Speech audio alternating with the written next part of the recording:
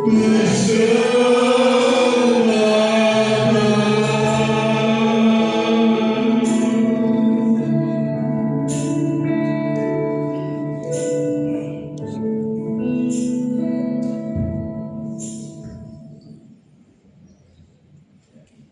kasih Tuhan, ada segala pimpinan sehingga kami boleh digerakkan untuk beribadah pada pagi hari ini. Kami percaya Tuhan, semua itu karena anugerah, bukan karena kekuatan kami dan hebat kami. Tapi karena anugerah-Mu lah kami dimampukan untuk menjalani kehidupan kami untuk tetap berkarya di dalam jalan Tuhan. Tuntun kami terus di dalam jalan, sehingga kami mengerti kehendak Tuhan, mengerti apa yang menjadi kerinduan Tuhan atas hidup kami, sehingga kami boleh menerima setiap janji Tuhan yang telah Tuhan tetapkan untuk kami. Tuhan, beracaralah dan pakai hamba-Mu dalam keterbatasannya untuk mengerti dan menerjemahkan isi hati Tuhan kepada jemaat Tuhan di tempat ini.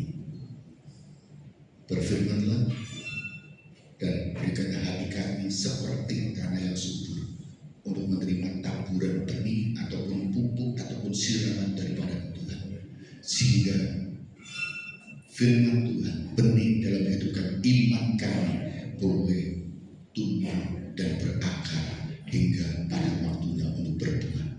Terima kasih Tuhan, di dalam nama Tuhan Yesus Kristus kami berdoa dan mengucap syukur. Amin. Silakan duduk Ibu Bapak dan Saudara kasih Tuhan Yesus Kristus. Shalom. Shalom. Puji nama Tuhan, dengan senang dan kesediaan Ibu Bapak dan Saudara semuanya kita bisa beribadah, berfellowship ya, kita memuji menyembah Tuhan, kita boleh dipuaskan oleh hadirat Tuhan. Dan sekarang kita akan belajar kebenaran firman Tuhan untuk pada saatnya kita perlu ada tuntunan dalam hidup kita ya. Hidup itu perlu dituntun, hidup itu perlu dikoreksi, hidup itu perlu ditegur.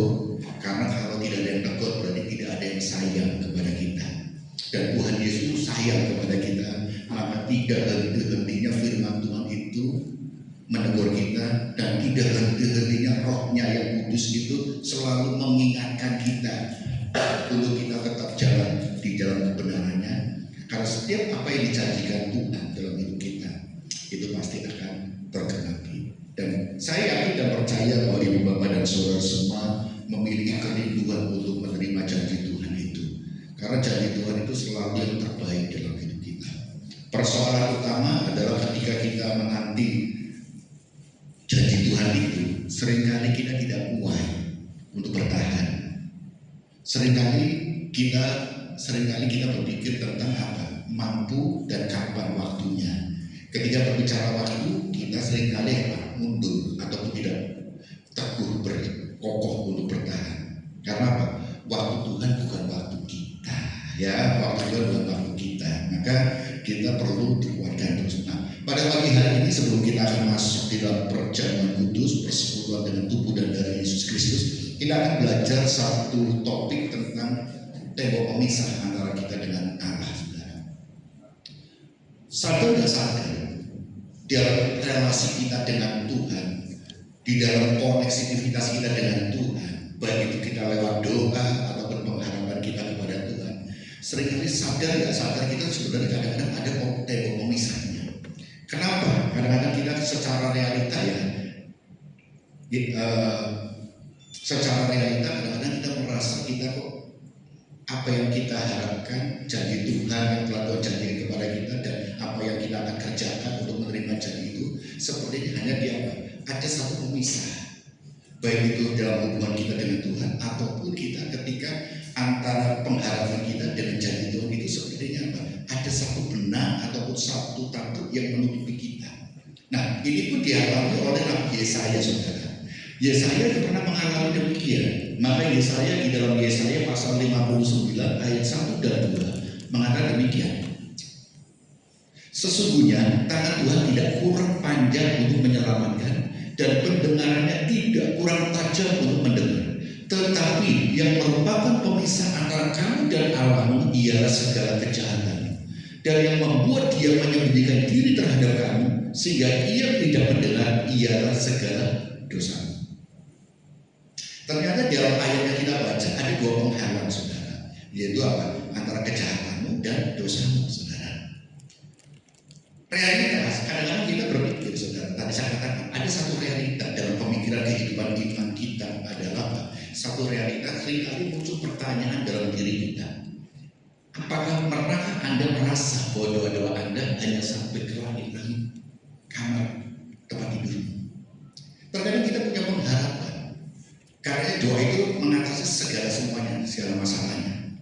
Tetapi kadang-kadang kita berdoa itu kok sepertinya ada tembok, apa yang kita harapkan tidak dan yang kita terima tidak sesuai. Kadang-kadang doa kita itu mentok, saudara. Dan kita mungkin berulang, bantu doa, ayo kita berdoa. Tetapi sepertinya doa itu mentok. Kita tidak pernah merasakan ada jawaban Tuhan. Kita tidak pernah merasa, mungkin kita merasa doa-doa kita seringkali apa? Kok begini-begini saja, aku tidak kurang apa berdoa, tapi kok begini. Dan ini kebanyakan selalu yang diajarkan oleh orang-orang, khususnya dalam kita sebagai orang-orang Pentakosta, ketika ada persoalan demi persoalan, selalu jawaban solusinya ketika kita mungkin berbicara kepada seseorang atau kepada pendeta atau apa, jawaban yang seringkali kita tidak akan itu menjadi familiar dalam hidup kita, berdoa. Ketika kita punya masalah, ketika kita punya pergumulan, ketika kita punya satu pengharapan, dan ketika kita sharing dengan seseorang, selalu jawaban yang utama adalah doa. Betul? Seringkali kita selalu doa. Padahal kita nggak kurang-kurang berdoa. Kita nggak kurang berdoa, saudara. Saudara bangun tidur pasti berdoa. Mau tidur berdoa. Mau makan berdoa. Mau lakukan apa berdoa. Karena berdoa itu bukan berbicara panjang dan lebarnya atau indahnya kata-kata. Karena doa itu sebenarnya engkau membangun dan mengingatkan, oh Tuhan, terima kasih. Doa itu bukan karena kata-kata yang bagus, itu doa. Tapi ketika engkau memberikan waktu khusus dan engkau mengingat fokus kepada Tuhan, itu doa. Bahkan kita seringkali juga berkata doa itu apa? Di sini kayak kemarin ada pembelajaran kita nggak punya sakit, di sini juga doanya nggak kurang-kurang kok. Di sini nggak ada penyakit macam-macam, karena di sini orangnya suka doa dan puasa. Mau makan sate kambing oke, babi guling oke, semua sebelum makan berdoa. Kalau yakin dimakan, kurang yakin puasa, saudara. Jadi doa dan puasa itu kan. Jadi tetap sehat. Kalau yakin makan, kalau kurang yakin, belum yakin, doa dan puasa, makanan itu kasihkan orang sudah buat jadi makan. Jadi kita kurang apa, saudara, dalam hal itu? Semua orang punya doa. Dan semua keyakinan pun mengajarkan tentang doa. Tapi kita sebagai orang percaya kadang merasa, kenapa kok doa itu kok gak nyentuh? Kita berbicara karena kita seringkali berdoa itu selalu ingin jawabannya itu sesuai dengan keinginan kita. Kadang-kadang kita berdoa itu pengen apa? Jawaban yang kita doakan itu sesuai ya. Tuhan, aku ingin punya mobil. Tuhan, aku ingin punya ini. Maka jawabannya apa Tuhan? Kamu belum waktunya punya mobil. Kamu sepeda motor dulu. Tapi karena kita punya mobil, maksa mobil, kita merasa Tuhan gak jawab doa. Tuhan, aku ingin punya ini, punya itu. Itu kan keinginanmu, belum kebutuhan. Karena Tuhan selalu menjawab kebutuhan kita. Jadi kenapa doa kita ini seringkali mentok, dan ini menjadi hal yang umum dan seringkali dialami oleh orang kita sebagai orang percaya, orang Kristen. Kita selalu menghadapi hal ini. Ada kedua sekali realitas kehidupan kita adalah apa? Pernahkah kita merasa seolah-olah Tuhan itu sangat jauh? Karena Tuhan itu sejauh doa. Doa Tuhan itu ada di dalam hatiku, tapi kenapa kok jauh? Tidak peduli atau sengaja menutup telinga terhadap seruan air mata kita. Kita sudah berdoa nangis, tapi kok rasanya kok Tuhan gak menjawab. Rasa-rasanya kok Tuhan itu jauh dalam hidup kita. Padahal realitanya firman Tuhan dan iman percaya kita mengatakan Tuhan itu ada dalam hati kita. Sejauh-jauhnya dan masih jauh doa, tapi kok mentok, saudara. Dan ini harus menjadi satu koreksi diri kita, evaluasi diri kita. Kenapa? Karena hati kita sudah dipenuhi dengan apa? Nafsu, saudara. Keinginan demi keinginan itu. Apakah manusia tidak boleh punya keinginan? Harus punya keinginan. Itu yang disebut dengan iri. Apakah orang Kristen itu tidak boleh iri? Iri boleh.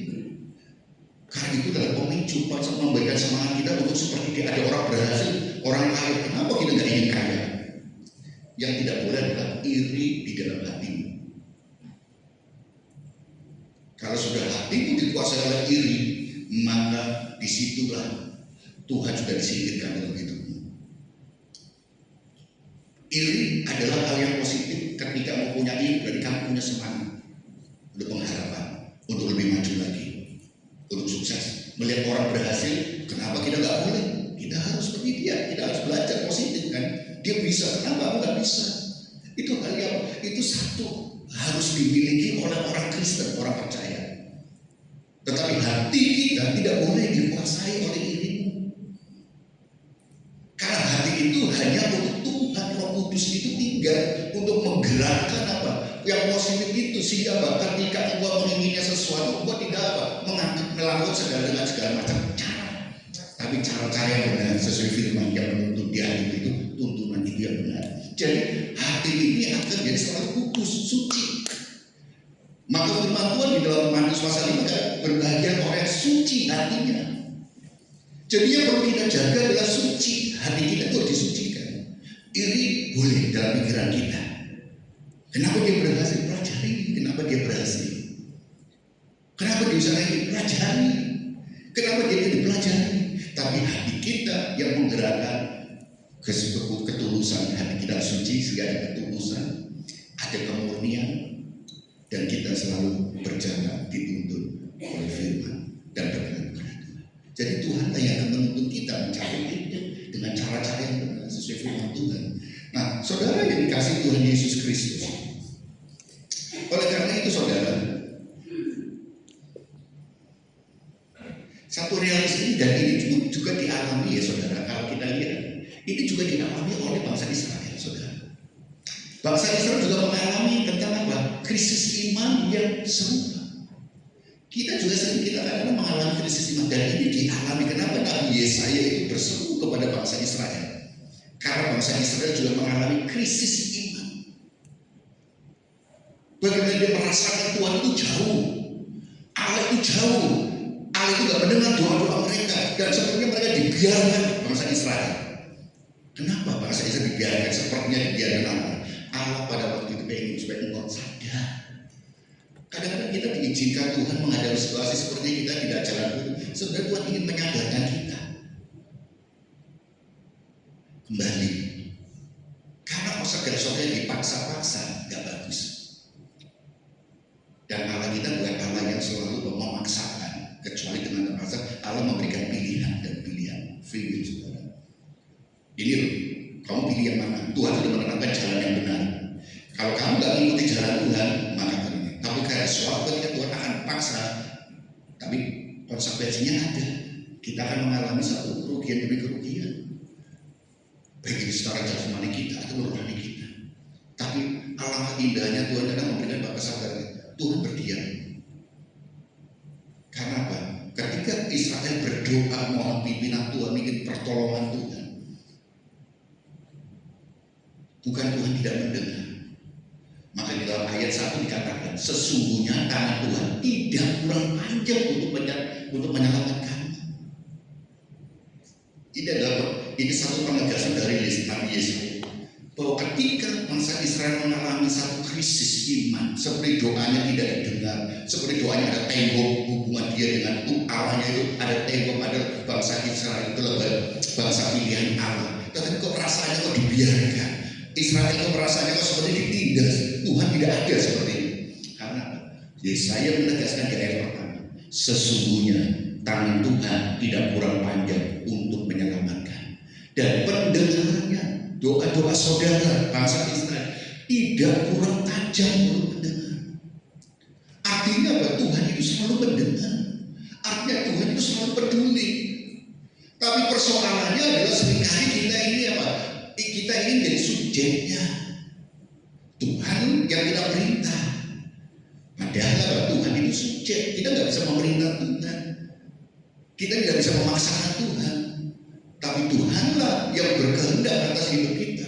Kalau kita bisa peka, menangkap kehendak Tuhan, menangkap suara Tuhan, pimpinan Roh Kudus, maka kita akan berjalan sesuai dengan kehendak Tuhan. Karena Tuhan tidak pernah lupa untuk menyelamatkan kita. Pendengaran Tuhan tidak tuli untuk mendengar setiap keluh kesah kita. Tuhan selalu dengar. Cuma jawaban doa itu yang Tuhan berikan, kadang-kadang kita itu memaksa tidak kita dengar karena ada penghalang dengan temboknya ini. Masalahnya bukan pada kapasitas Tuhan loh, bukan. Tuhan tidak sedang mengalami gangguan pendengaran dan tangannya tidak sedang lumpuh. Tetapi apa masalahnya? Ada pada kita. Ada sebuah tembok pemisah. Dan ini harus kita koreksi diri kita. Apa sih pemisahnya? Allah itu kudus. Allah itu adalah kebenaran. Maka ketika kita ingin membangun relasi dengan Tuhan, maka kekudusan harus kita miliki. Hidup kita benar juga harus kita miliki. Nah, hidup kita benar bagaimana caranya? Hanya oleh anugerah Tuhan, tidak dibenarkan oleh iman kita. Anugerah, saudara. Tidak ada manusia, karena manusia sudah jatuh dalam dosa. Hanya oleh korban Yesus, pembenaran dari Yesus Kristus lah kita boleh dibenarkan. Anugerah, kasih karunia. Maka kurang apa Tuhan atas hidup kita? Kita tidak bisa apa-apa, tangan Tuhan. Kesetiaan manusia kadang-kadang bisa lelah, letih, lemah, lesu, tapi kesetiaan Tuhan selalu menguatkan kita. Untuk kita bisa kuat bertahan dalam Tuhan, hubungan kita dengan Tuhan, perlu ada sesuatu apa? Relationship dengan apa? Dengan saudara-saudara iman, fellowship. Peristiwa harus berdoa, Musa dan itu menopang ketika tombak ini turun. Yosua perang kalah. Tapi ketika tombak dinaikkan, menang. Turun karena capek, lelah, kalah. Akhirnya perlu ada satu fellowship, hubungan komunitas untuk menopang bersama-sama. Kalau kita ingin dukungan Tuhan, dukungan saudara kita, berfellowshiplah atau berkomunitas. Kalau enggak kuat. Sendirian bisa jalani hal, tapi ada waktunya fase itu kita lemah.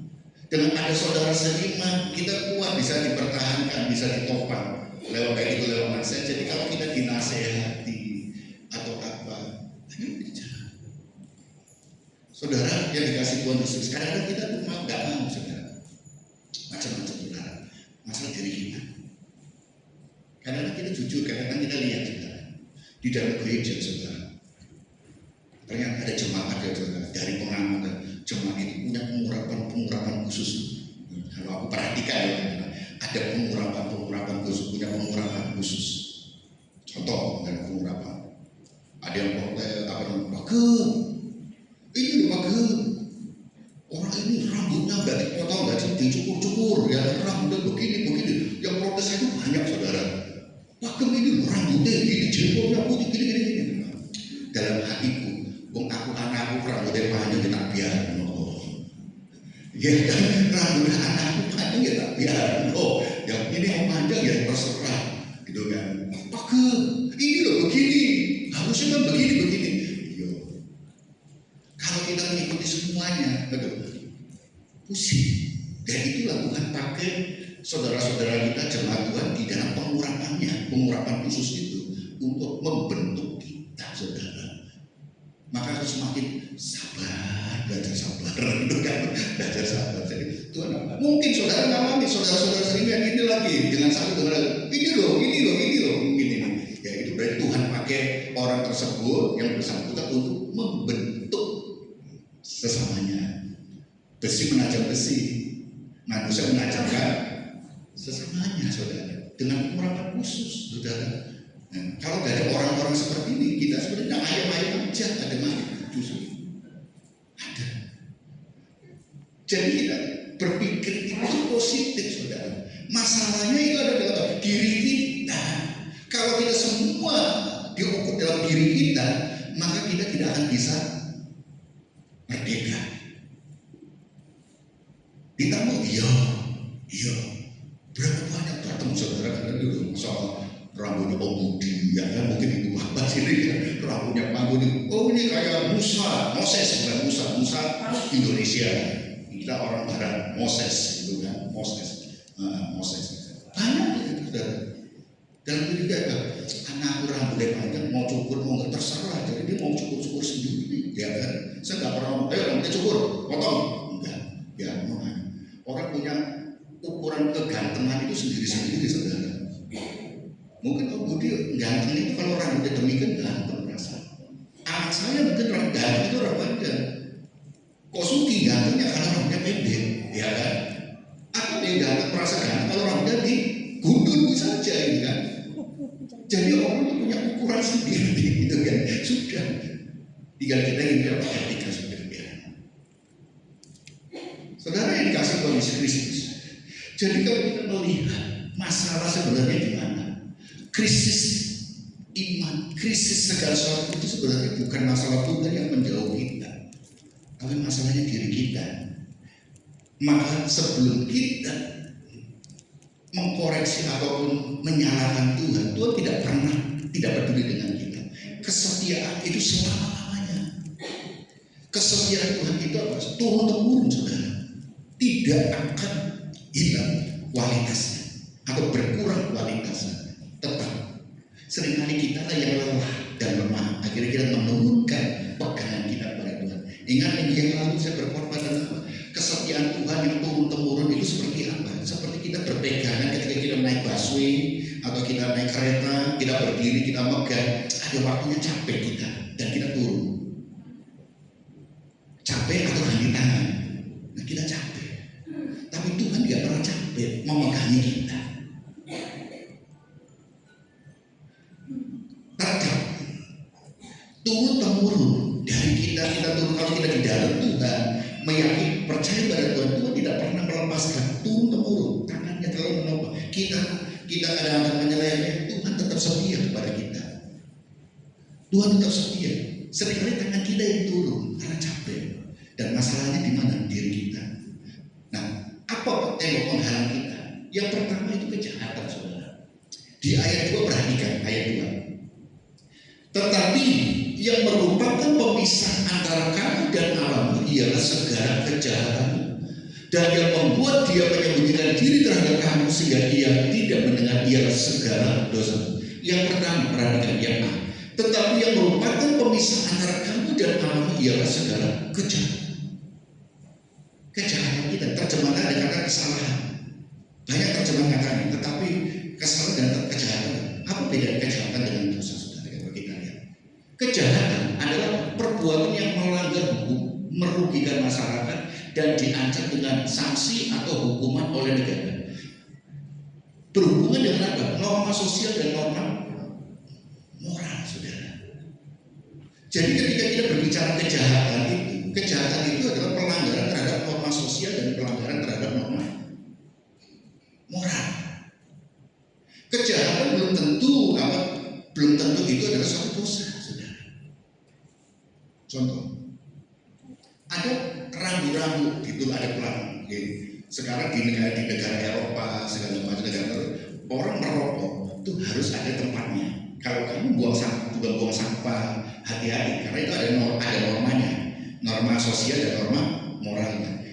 Ketika kita berkunjung ke suatu negara, hati-hati kita ini akan dihadapkan dengan aturan-aturan di negara tersebut. Buang sampah sembarangan. Buang sampah sembarangan itu dosa atau kejahatan?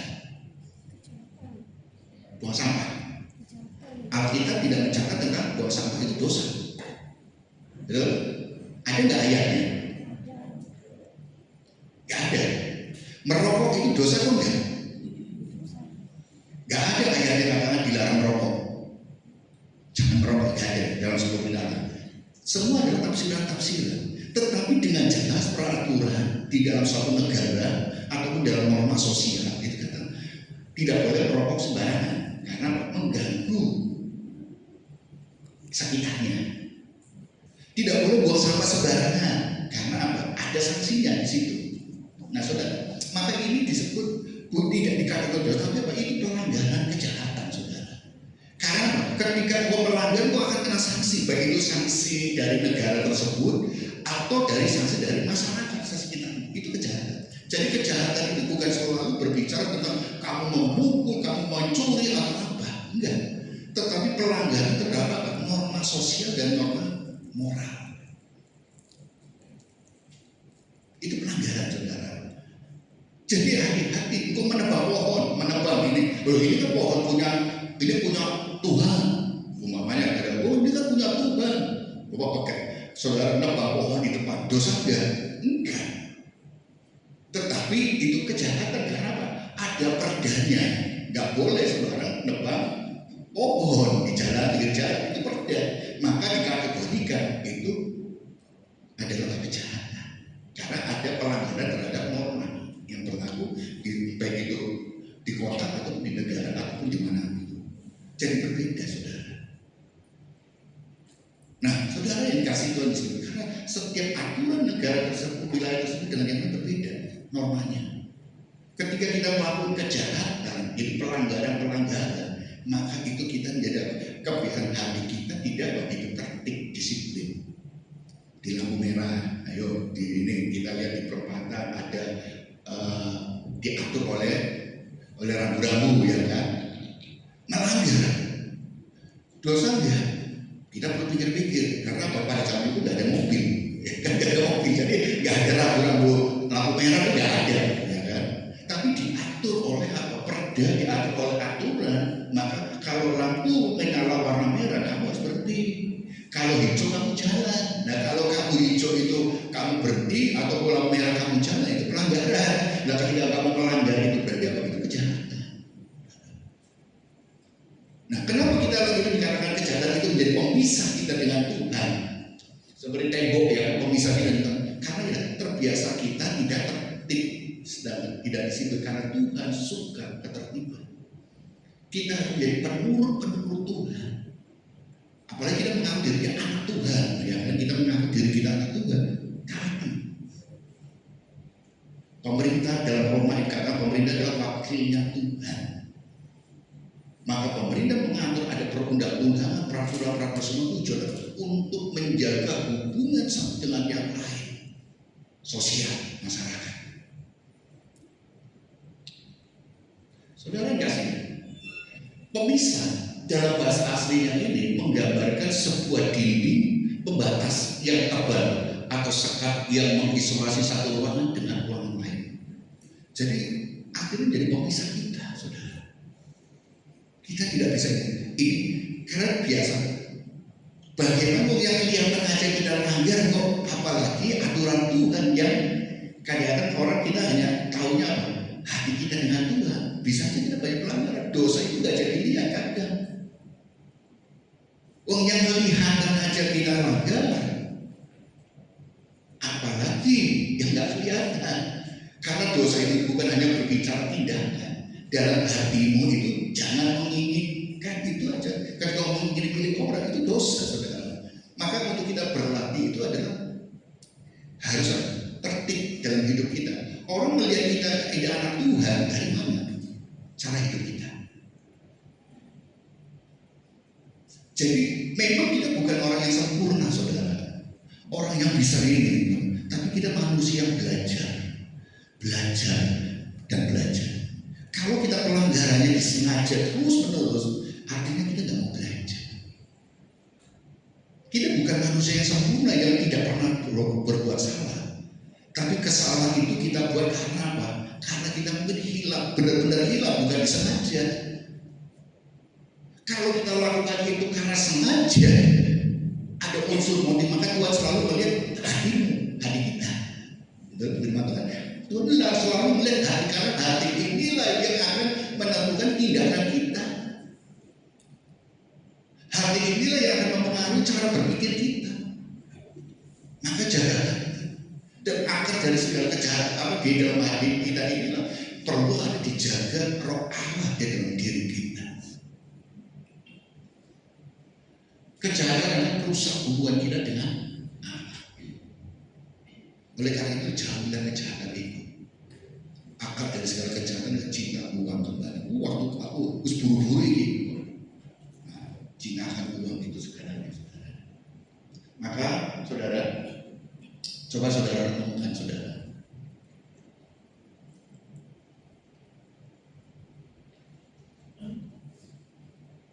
Ketika manusia memilih kedagingan, kebohongan, kepahitan, atau berhala-berhala modern seperti uang dan harga diri, karena kita berbicara uang itu menjadi tuan kita, atau harga diri kita, subjek kita, ego kita yang menjadi tuannya.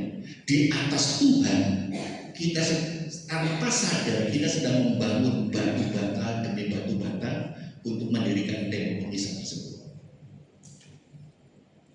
Ketika kita mulai fokus kepada harga diri kita, uang, harga diri itu berbicara diri kita ini berbicara tentang kedagingan kita, ya, kebohongan untuk melindungi diri kita. Kalau saudara melakukan kebohongan satu, pasti akan menutupi dengan kebohongan yang lain lagi. Kebohongan lagi menutupi terus, akhirnya bohong dan bohong dan bohong. Sadar nggak sadar, kita sedang membangun satu tembok, saudara. Membangun satu tembok sehingga semakin dulu temboknya batu bata satu, belum masih kita bisa lewat, dua masih bisa lewat, tumpuk terus akhirnya kita nggak bisa melewati itu, jadi penghalang. Oleh karena itu kita perlu apa? Ayo selalu koreksi diri, dan kadang-kadang koreksi diri itu kita perlu saudara-saudara kita untuk memberikan masukan. Kita perlu saudara-saudara seiman kita untuk memberikan satu masukan demi masukan, satu saran, nasihat demi nasihat untuk kita, sehingga apa? Kita bisa apa? Tembok-tembok itu, batu bata ini kita bisa singkirkan lagi, sehingga kita bisa membangun hubungan lagi dekat. Kenapa ada rumah-rumah, klaster-klaster rumah mewah gak boleh bangun tembok sembarangan? Ya kan, yang punya rumah-rumah mewah, kalau rumah saya di kampung ya kan, jadi kadang-kadang tembok semua. Kalau rumah-rumah yang mewah, saudara, gak boleh tembok itu sembarang tutup langsung apa karena perlu bersosialisasi satu dengan yang lain. Harus izin, dan tingginya berapa selalu diatur. Karena apa? Kadang kalau di komplek rumah-rumah mewah, kadang sosialisasinya itu rendah. Apalagi kalau tembok pagarnya tinggi, semakin ini. Maka diatur nggak boleh tembok itu sembarangan bangun gitu kan. Tujuannya apa? Supaya mereka membangun relasi. Siapa tahu dari tetangga-tetangga ketemu jodoh, saudara. Dari tengok-tengok ini kan akhirnya ketemu saudara ini kan. Ini satu tujuan. Jadi kan kita lihat tembok itu harus bisa. Kita harus membangun hubungan itu dengan Tuhan. Yang kedua, saudara, apa yang menjadi penghalang kita dalam relasi? Di ayat kedua bagian B, dan yang membuat dia menyembunyikan diri terhadap kamu, sehingga ia tidak mendengar, ialah segala dosa. Yang pertama, penghalang pertama adalah kejahatan. Kejahatan itu berbicara norma sosial dan norma moral, saudara. Jadi norma moral itu berbicara kalau ini merugikan orang lain, moral ya kan, ataupun itu tidak pantas moral dalam satu ini, maka itu kejahatan. Dan itu biasanya diatur di dalam peraturan-peraturan, baik itu oleh perda pemerintah daerah ataupun oleh pusat, saudara. Itu diatur sebenarnya. Atau di dalam suatu keluarga itu ada norma aturan sendiri, dan itu tidak dalam hati kita belum tentu itu dikategorikan dosa. Seperti di dalam rumah kita punya aturan, pokoknya tidak boleh kita ini dalam adat istiadat atau apa, itu kalau kita langgar aturan yang sudah kita tetapkan, itu berarti kejahatan. Jadi kejahatan itu tidak identik dengan selalu yang pikiran kita, ya kan. Kejahatan itu adalah pelanggaran terhadap norma sosial, norma moral. Dan keluarga ketika itu melanggar aturan keluarga yang sudah ditetapkan bersama, mungkin orang tua, papa, mama itu menetapkan keluarga, kemudian itu kejahatan, hitungnya itu. Tapi kejahatan itu kan ada skalanya, gitu kan, tidak semua. Dan siapa yang pasti ada sanksinya. Mungkin tidak dikasih uang jajan, kalau anak-anak bandel ya kan, kadang-kadang nggak usah dikasih uang jajan, gitu kan, ada pelanggarannya. Kita mendidik anak, baru kita ngomong anak pelanggar apakah itu kejahatan. Kejahatan itu kategori apa? Pelanggaran itulah disebut kejahatan. Kejahatan terhadap aturan rumah keluarga itu, dan bukan dosa kategori. Dan ada sanksi sanksinya apa? Kalau anak kita bandel, mungkin ini kamu tak kasih uang jajan ya, 1 hari 2 hari, setelah sanksinya ada selesai. Jadi kejahatan itu tidak kategori dosa, tetapi itu pelanggaran terhadap aturan yang dibuat bersama, baik itu di keluarga, pemerintah daerah ataupun di pusat. Itu adalah kejahatan. Apa? Kita bisa menyebutkan satu persatu, dan aturan itu tidak berlaku itu satu dengan tempat lain bisa berbeda-beda. Maka kejahatan itu berbeda-beda. Tidak berkala kejahatan itu satu pelanggaran, itu di pelanggaran. Yang kedua adalah dosa. Wajah Tuhan itu tersembunyi, saudara. Ketika dosa menguasai hidup kita, dampaknya adalah kehilangan keintiman dengan Tuhan.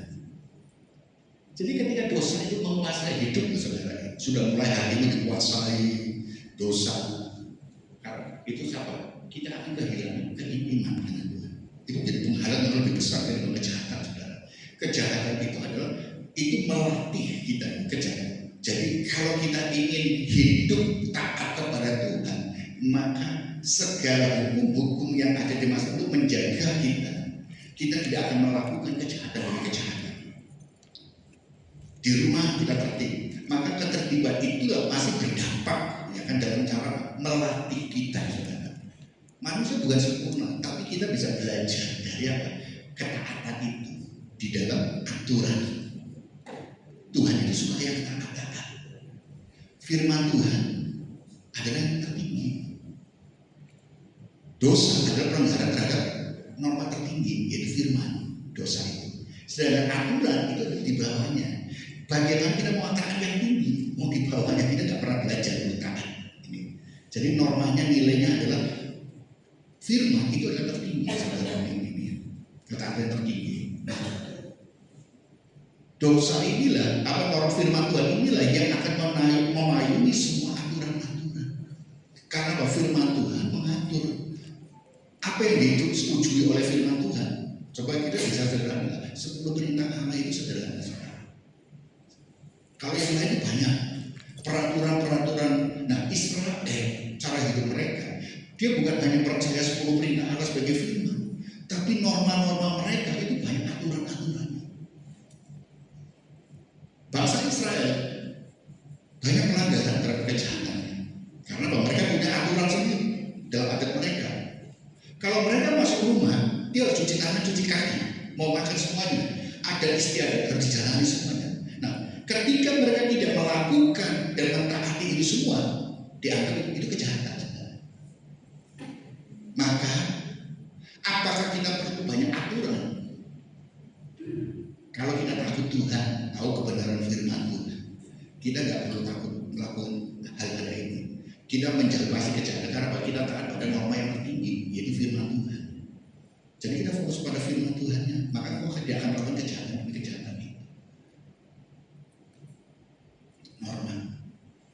Karena di atas norma masyarakat itu, norma dalam pemerintahan ada norma tertinggi, yaitu apa? Firman, kebenaran itu. Karena kebenaran di firman Tuhan sudah 10 perintah sudah mengatur hubungan kita dengan Tuhan dan hubungan dengan sesama. Dan firman Tuhan juga sudah mengatur mengenai kita harus mentaati pemerintah. Itu kan firman Tuhan katanya dalam Roma, saudara. Karena pemerintah itu adalah wakil Allah. Ada ketaatan yang kita kerjakan. Tuhan seolah menyembunyikan diri, mungkin kita merasakan. Karena dosa akhirnya kita Tuhan seolah-olah menyembunyikan dirinya. Bukan karena dia membenci kita, tetapi karena dia begitu membenci dosa yang sedang kita peluk-peluk. Sampai nggak sadar kita dosa itu peluk aja. Enak sih kedagingan. Kemarin saya dapat bocoran, saudara, ya kan, dapat bocoran. Daging-daging terus, saudara, ini. Ada sate ayam dari Taliban itu, saudara. Daging ayam, ya kan. Ada lagi katanya buntut, ya kan. Buntut disopok, ya nanti kan ada ini kan. Saudara, daging. Karena kedagingan enak. Suruh, karena ada orang suruh milih murah-murah apa daging. Orang banyak kan milihnya daging, saudara, ya kan. Nah, pecel apa ini? Oh, langsung gitu kan. Karena daging itu enak, saudara. Tapi daging membuat apa? Hipertensi, ya kan. Banyak kan daging itu hipertensi, saudara, ya kan. kolesterol, ya kan itu kan mulai banyak itu kan, saudara. Tapi enak saudara, apalagi kalau kita bicara babi guling, sate babi, tuh, kok bikin kita nih? Kok Suki kalau sudah bicara daging itu sudah mulai makannya sudah mulai. Jadi kita lihat kita ingat saudara, dosa ini jangan kita perlu erat-erat. Karena ketika kita merasa nyaman dan nyaman, akhirnya semakin jauh dengan Tuhan. Karena Allah kita ini benci dosa. Kalau kita suka cinta dosa, maka Allah benci dosa. Allah kita merasa bukan Allah menjauh kita, tapi kita yang semakin jauh. Karena apa? Dosa itu yang menarik kita terus makin dalam. Allahnya posisinya tetap, tapi kita yang menjauh. Alkitab sering menggambarkan saudara, berkat terbesar manusia adalah wajah Tuhan. Jadi kalau kita berbicara tentang wajah Tuhan segala macam, itu adalah berkat Tuhan. Tapi karena dosa, wajah Tuhan itu tersembunyi saudara. Yang menyembunyikan apa? Dosa itu yang menyelubungimu itu. Maka merasa dosa itu apa? Merasa wajah Tuhan itu jauh, tersembunyi. Padahal yang menyembunyikan dosa itu yang menutupi mata kita, hati kita, sehingga kita tidak bisa melihat. Seperti contoh saudara, Tante Su sudah operasi katarak saudara, semakin jernih dia orang saudara. Nah, katarak itu apa? Operasinya. Jadi kalau katarak itu mata kita dalam selamanya itu kayak ada apa? Kerak-kerak itu loh saudara. Saudara tahu kalau kita cermin sudah bertahun-tahun sudah tua, cermin kan, itu kan mulai ada kerak-kerakan itu kan. Itu akhirnya tidak jelas saudara lihat. Nah, operasi katarak itu, jadi selaput itu lensanya itu yang sudah berkerak, ya kan istilahnya ya sudah ini, itu nanti selaputnya dibuka, lensanya itu diambil, diganti lensa buatan. Jadi yang diganti itu lensanya saudara, lensa di mata ini diganti, yang berembun yang sudah berkerak itu diambil, ya kan, diganti dengan lensa buatan. Sehingga apa? Kerak-kerak itu hilang, lensa yang sudah berkerak sudah ini akan hilang, diganti dengan yang baru. Lihatnya lebih jelas saudara. Sama saudara, kita kata cara dosa itu seperti apa? Kerak itu yang menutupi mata kita, semakin kita peluk semakin menutupi, sehingga kita nggak bisa lihat wajah Tuhan. Nah, bukan wajah Tuhan yang menyembuhkan diri, kitanya yang nggak bisa lihat. Itu fenomena. Maka untuk kita bisa, kalau kita bisa lihat wajah Tuhan, itu harus berkat Tuhan. Ada ayatnya saudara, ada ayatnya. Di dalam Bilangan pasal 6 ayat 24 sampai 26, karena demikian, ini ayatnya 24. Tuhan memberkati engkau dan melindungi engkau. Tuhan menyinari engkau dengan wajahnya dan memberi engkau kasih karunia. Tuhan menghadapkan wajahnya kepadamu dan memberi engkau damai sejahtera. Ini kadang ayat firman Tuhan ini dipakai itu kan doakan saudara. Allah menyinari, ya kan, Tuhan memberkati engkau dan melindungi engkau. Tuhan menyinari engkau dengan wajahnya dan memberi engkau kasih karunia. Tuhan menghadapkan wajahnya kepadamu dan memberi engkau damai sejahtera.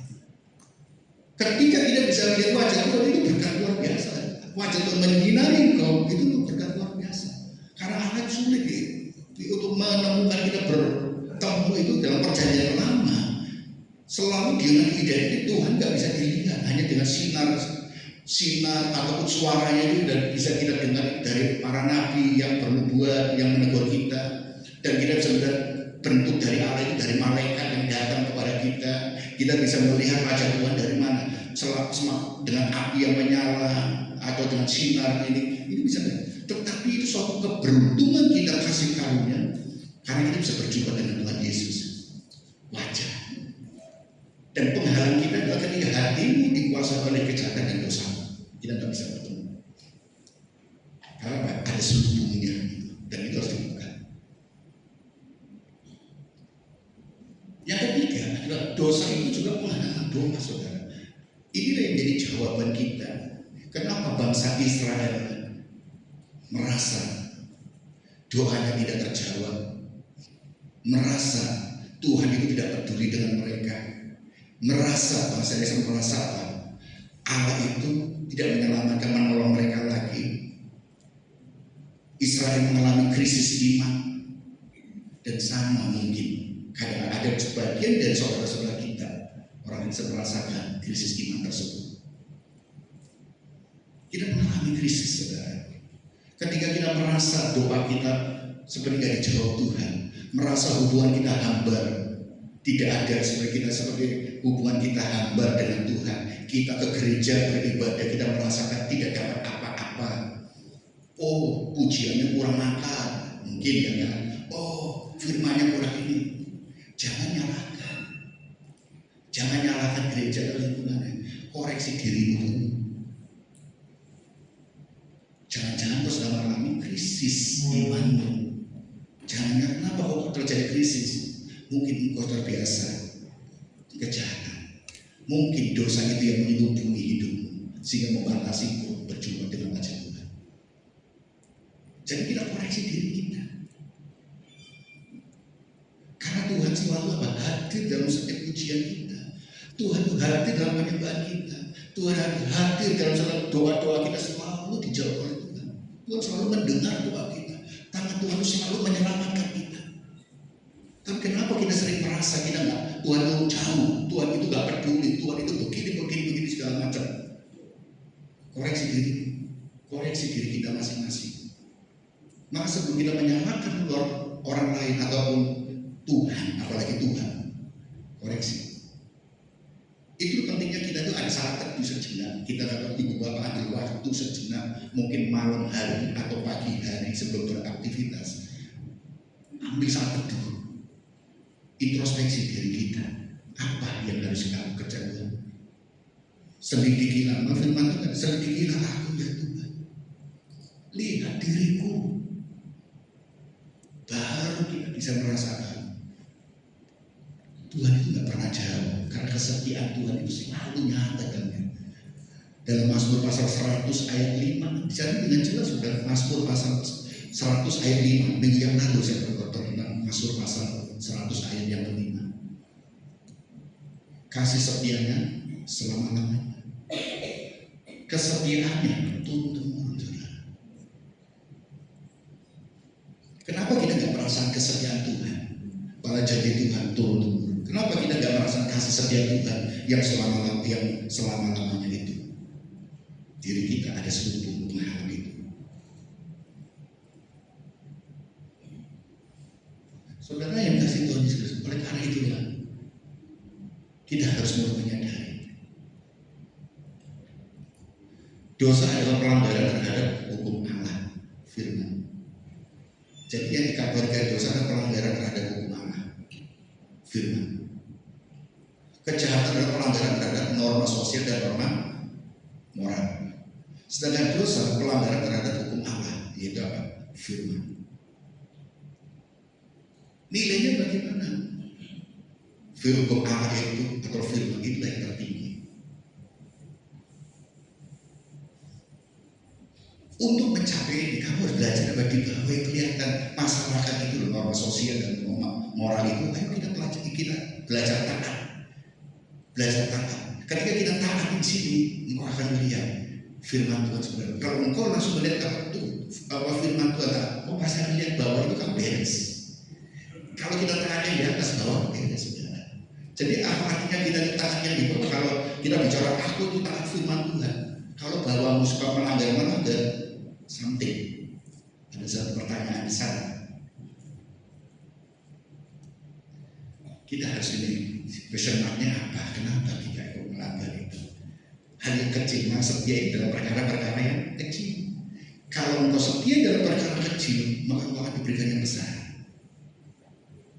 Kenapa hidupmu begini-begini saja? Engkau belum setia. Yang menyatakan setia, kamu belum bersetia dalam perkara kecil, sukses dan tidak itu kan Tuhan. Jadi kalau hidup kita berkutak-kutak seperti ini terus, nggak ada ini, koreksi diri kita. Apakah kita taat pada firman Tuhan atau tidak? Apakah kita taat? Kalau kita belum memang hal yang sepele saja kita langgar, apalagi yang besar. Maka kita belajar dari yang kecil. Taat dari mana? Di rumah. Hidupmu harus di rumah seperti apa? Seperti di lingkungan, kita keluar rumah, ayo kita tertib. Ya.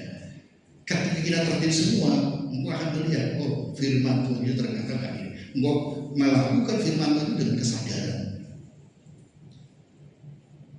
Karena kita menghafal firman Tuhan ya bisa, saudara. Tapi ketika kau perkara yang kecil-kecil itu kamu bisa besar. Dan sekali dosa itulah yang menjadi pembatas menghalang kita. Doa kita jadi terhalang, saudara. Karena dosa itu berbicara pelanggaran terhadap hukum Allah atau firman. Dosa yang dipelihara akan membuat doa kita terhambat baru sampai ke tangannya. Temboknya, batu bata dan batu akhirnya menjadi begini. Padahal Tuhan selalu mendengar doa kita. Tidak ada, kita kadang-kadang apa? Jujur kadang-kadang kita anak kita, Pak, aku pengen gini. Kita mendengar, tapi kita jawabnya susah. Lebih baik diem. Ya sebagai orang tua ya kadang-kadang anak gini. Kita dengar, orang tua itu dengar. Cuma jawabnya susah. Mau ngomong gak punya duit suka, ya kan? Mau ngomong gini, apa jadi apa? Lebih diem. Tapi ada anak maksa, iya. Tapi orang tua tuh mikir gitu loh, bagaimana gitu kan? Apalagi Tuhan dengar. Cuma Tuhan ingin apa? Kalau kamu minta ini, tak turuti.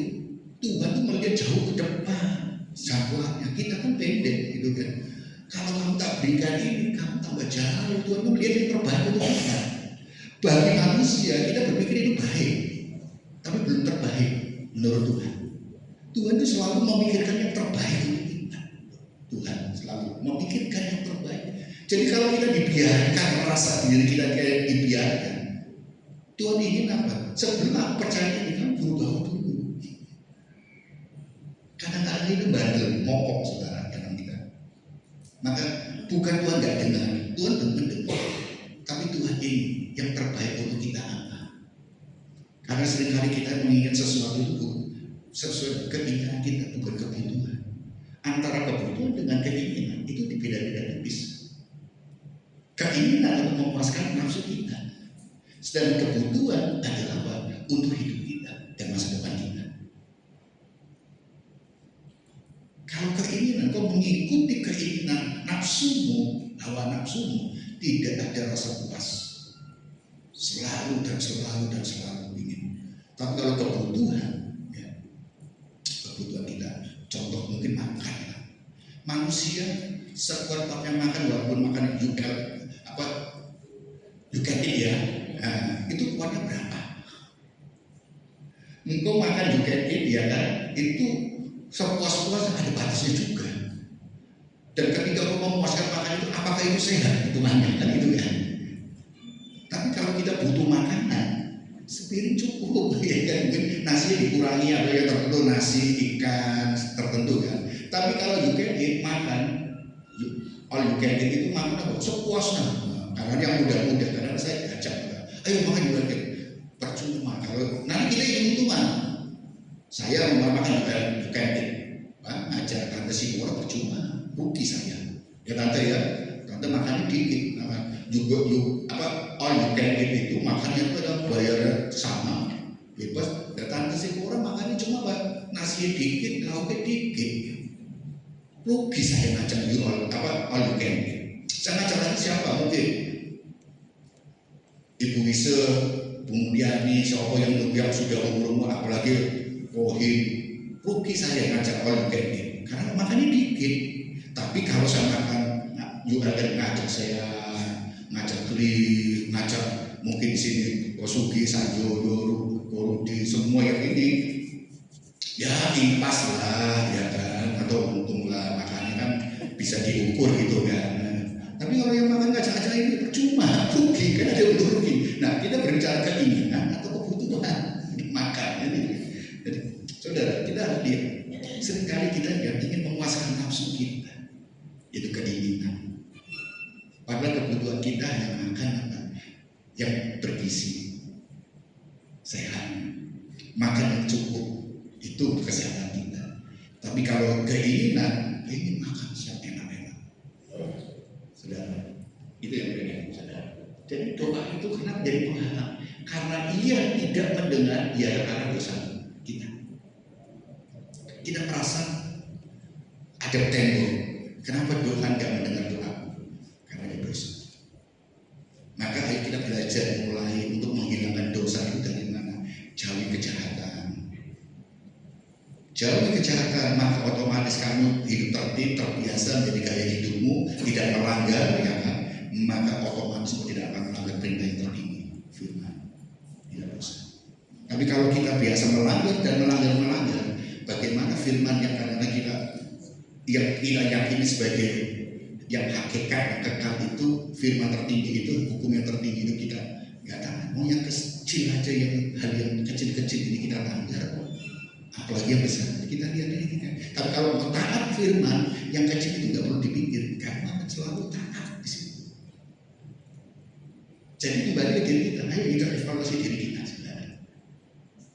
Nah, di dalam Kisah Para Rasul pasal 8 ayat 22 sampai 23 dikatakan demikian. Kisah Para Rasul. Jadi bertobatlah dari kejahatanmu ini dan berdoalah kepada Tuhan supaya Dia mengampuni niat hatimu ini. 23. Sebab kulihat bahwa hatimu telah seperti empedu yang pahit dan terjerat dalam kejahatan.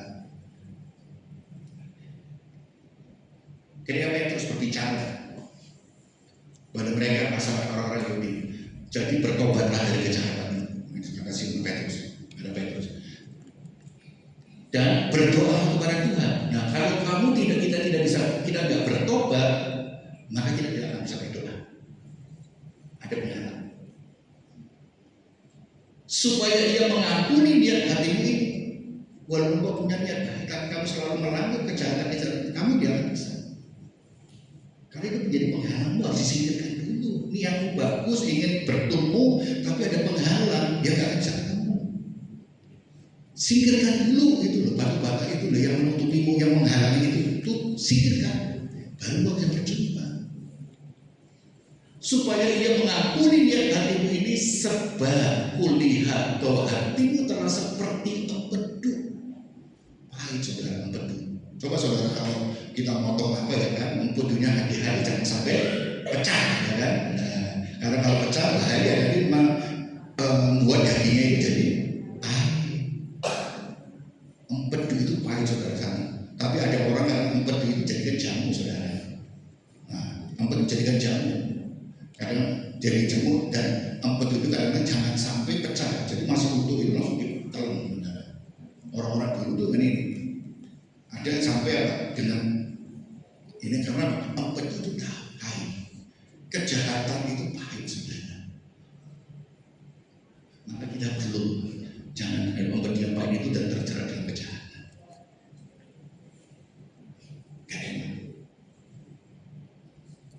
Saudara, bagaimana meruntuhkan tembok pemisah itu? Bagaimana caranya? Yang pertama, introspeksi diri, saudara. Jadi jangan salahkan yang lain, orang lain atau Tuhan. Diri kita dulu, introspeksi. Berhentilah menyalahkan Tuhan atau keadaan atau situasi hidup kita sebelum kita memeriksa hati kita sendiri. Jangan orang lain. Introspeksi diri. Yang kedua, pertobatan yang radikal. Hancurkan temboknya. Tembok ini tidak bisa runtuh hanya dengan tangisan penyesalan, saudara, tetapi dengan tindakan berbalik, saudara.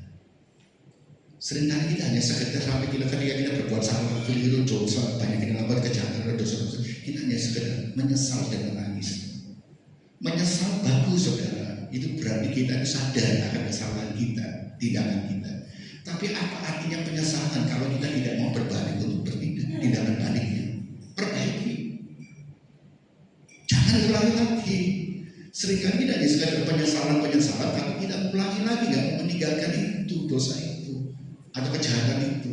Kalau kita menyesal, kita harus bertobat secara radikal itu. Ketika kita sadar, kita menyesal, ayo berubah, berbalik 180 derajat, kita tinggalkan itu. Itu cara baru. Memang menghidupi cara yang baru itu saya selalu katakan kita bukan manusia yang sempurna.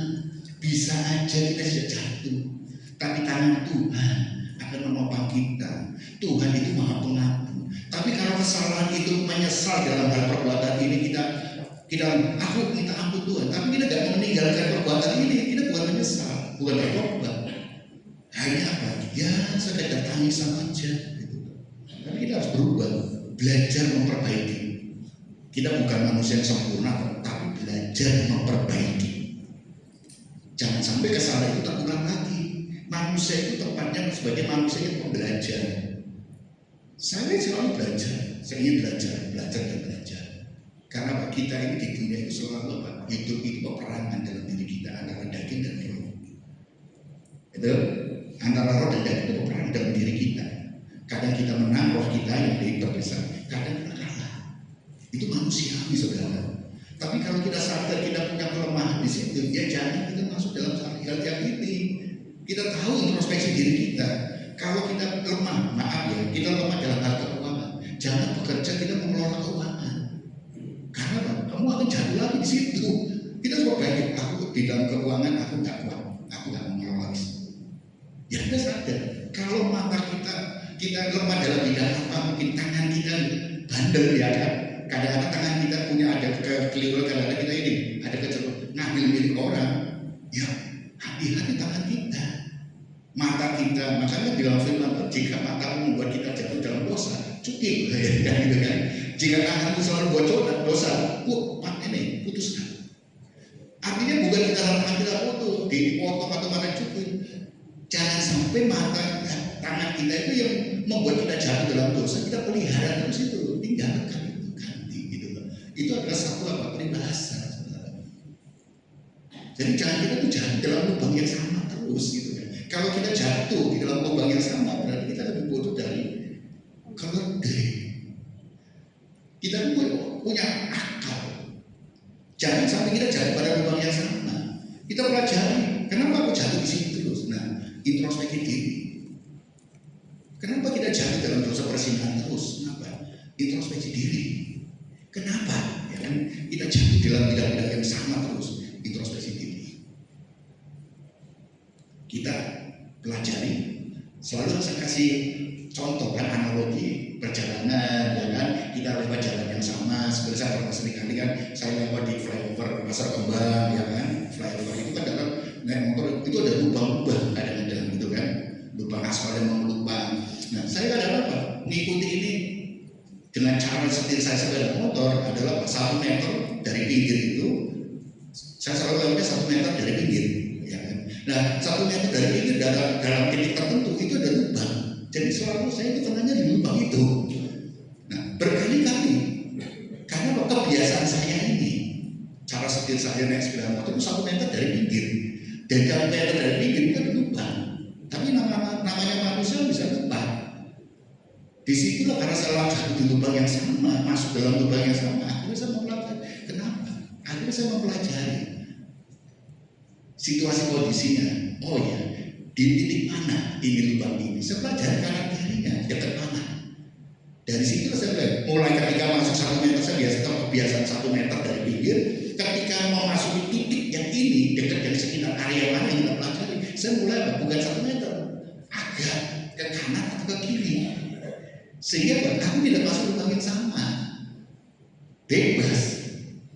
Dan kita kan diberi hikmat oleh Tuhan, akal oleh Tuhan. Kita pelajari. Nah, kalau kita selalu berjatuh di dalam dosa yang sama, kejahatan yang sama, ya harus kita pelajari. Kenapa? Jangan kita masuk ke bahan yang sama. Maka di dalam gereja, di dalam sholat ini, kita ini bagian dari tubuh Kristus, bekerja sama satu dengan yang lain. Ada yang punya Tuhan memberikan kelebihan di bidang ini, bidang ini. Mana yang lebih berkualitas, lebih berharga sampai semua berharga di hadapan Tuhan. Karena apa? Kalau ini pegang yang ini yang bukan bagian dari tubuh Kristus, akan berantakan. Tangan untuk mengambil, perlu mata untuk bisa melihat. Tangan mau ngambil barang, perlu kaki untuk melangkah. Ada suatu kerjasama di situ. Maka gereja Tuhan itu kita perlu kerjasama yang ini satu dengan yang lain. Ketika dia berdosa, kita berhak untuk menegur dengan baik. Sehingga itu sembuh. Saya kadang menegur secara pribadi, tidak kadang-kadang saya tidak dengan mimbar. Kalau secara general saya jangan mimbar, tapi kalau secara personal saya akan tegur secara personal. Karena orang punya ini sendiri. Tapi kalau kita berbicara ini baik untuk keseluruhan jemaat, saya akan bicara di mimbar. Kita beribadah menyuarakan kebenaran Tuhan. Ya. Tapi kalau berbicara personal, saya akan secara personal. Karena orang juga punya perlu dihormati privasinya juga. Nah saudara, yang dikasih Tuhan Yesus ini, yang ketiga memandang pada saat Kristus ini yang penting saudara. Karena ketika kita memandang saat Kristus, kita lihat begitu berharganya kita di hadapan Tuhan Yesus. Karena Yesus yang mati di kayu salib. Untuk apa? Menebus kita, membawa kita, mengangkat kita, menyelamatkan kita, dan membuka tabur itu, selubung-selubung itu yang membatasi kita, menghalang kita berhubungan dengan Allah, berjumpa dengan Allah. Yesus mati di kayu salib adalah korban satu kali untuk selama-lamanya. Itu yang memperdamaikan kita. Maka firman Tuhan katakan dalam Efesus pasal 5 ayat 2. Perhatikan. Sebab itu jadilah penurun-penurun Allah seperti anak-anak kekasih, dan hiduplah di dalam kasih, sebagaimana Kristus Yesus juga telah mengasihi kami dan telah menyerahkan dirinya untuk kita sebagai persembahan dan korban yang baru bagi Allah. Lewat korban Yesus, salib Kristus itulah yang memperdamaikan kita dengan Allah, sehingga dosa yang menjadi penghalang sudah diputus oleh korban Yesus. Korban Yesus adalah satu kali untuk selama-lamanya. Di dalam perjanjian yang lama, korban Yesus lalu dengan korban bakaran terus-menerus. Tapi lewat Yesus, korban Yesus di kayu salib, korban satu kali untuk selama-lamanya. Itu yang korban yang sempurna, Yesus Kristus. Oleh karena itulah, di dalam kita masuk dalam perjamuan kudus sebentar, persekutuan tubuh dan darah Yesus, pandang salib Kristus. Ingat korban Yesus Kristus yang memperdamaikan kita dengan Bapa di surga, sehingga kita boleh layak di hadapan Tuhan. Segala penghalang, seluruh apapun yang membatasi kita, menghalangi kita, memisahkan kita dengan Bapa di surga, sudah diperdamaikan lewat Yesus di kayu salib. Saya undang Ibu Bapak untuk pamit, untuk berdiri, dan juga para yang Tuhan untuk maju ke depan. Kita akan masuk dalam perjalanan kudus ini.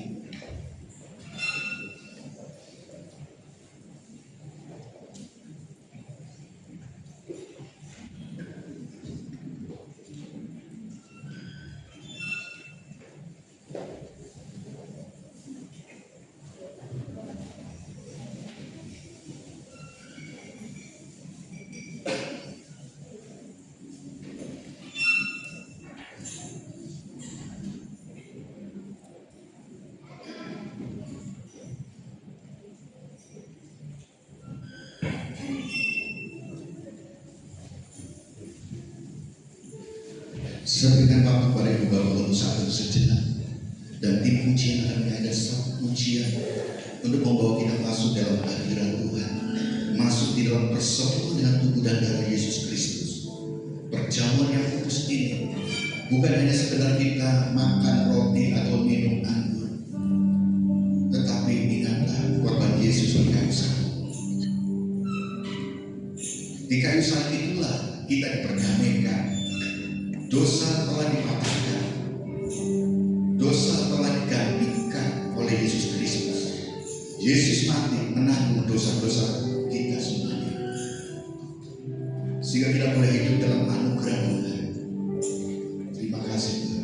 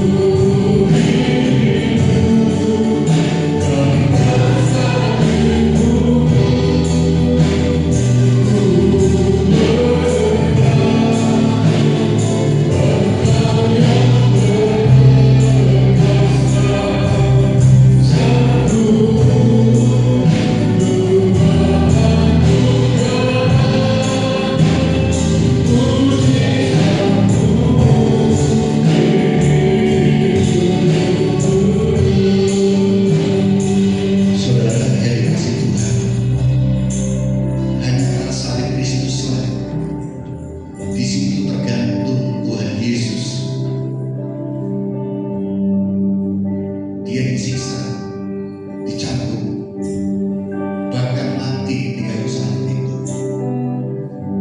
Karena dia harus rela menyerahkan nyawanya untuk kita semuanya, untuk memperdamaikan kita, menebus kita dari dosa. Tetapi pada hari ketiga dia bangkit, memberikan pengharapan yang baru bagi orang yang percaya dan menerima Yesus Kristus sebagai Tuhan dan Juru Selamatnya, bahwa hari esok ada pengharapan. Di dalam Tuhan Yesus Kristus ada keselamatan, ada kemenangan. Dan hari yang ke-40 dia naik ke surga dan mencurahkan Roh Kudus-Nya, membuktikan penyertaan Tuhan atas hidup saudara, kemenangan, dan kita diberikan kuasa untuk menjadi saksi Tuhan.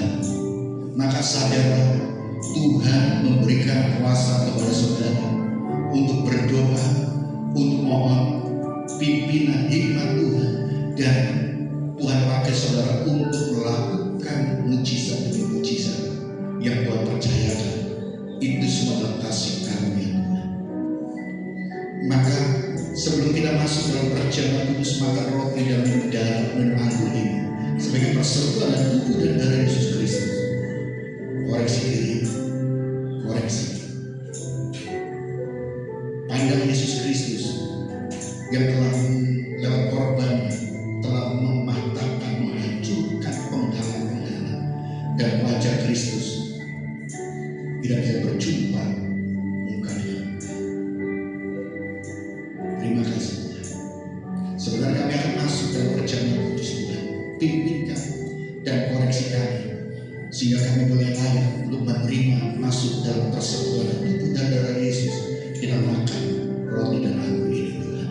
Karena di dalam iman percaya kami, roti dan anggur ketika kami bersatu berserati, berdoa di dalam nama Tuhan Yesus Kristus, ada kuasa di dalamnya.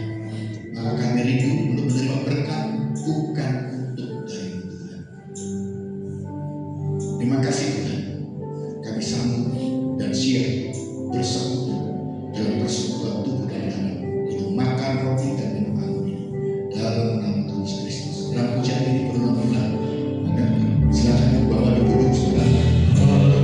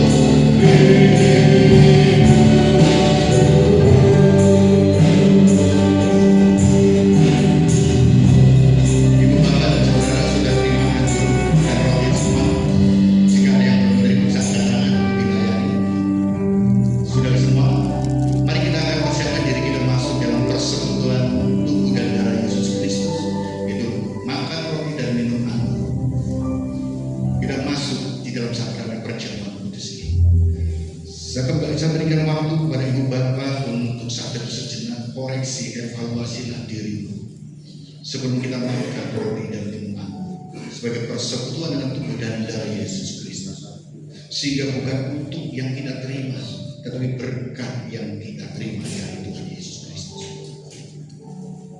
Haleluya.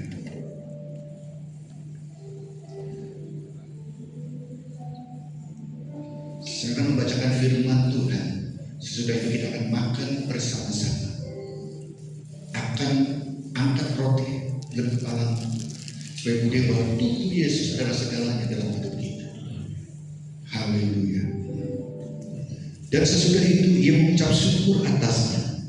Ia memecah-mecahkannya dan berkata, inilah tubuhku yang diserahkan bagi kamu. Perbuatlah ini menjadi peringatan akan aku. Ibu, bapak, dan saudara yang kasih Tuhan Yesus Kristus, roti ini adalah roti biasa, tapi dengan iman percaya kita kepada Tuhan Yesus Kristus dan kita berdoa, percayalah roti ini ada kuasa. Ibu, bapak, saudara yang kasih Tuhan Yesus Kristus, yakinkan bahwa roti ini adalah persekutuan dengan tubuh daripada Tuhan Yesus Kristus. Haleluya. Mari kita makan bersama-sama.